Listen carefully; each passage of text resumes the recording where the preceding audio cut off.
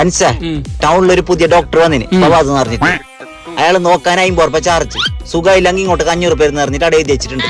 അപ്പൊ നമുക്ക് ഇയാളെ പറ്റിച്ച് നല്ലോണം പൈസ ഉണ്ടാക്കാലോ. അപ്പൊ ഞാൻ ഫസ്റ്റ് പോയിട്ട് പറ്റിച്ചു വരുന്ന. വരൂ.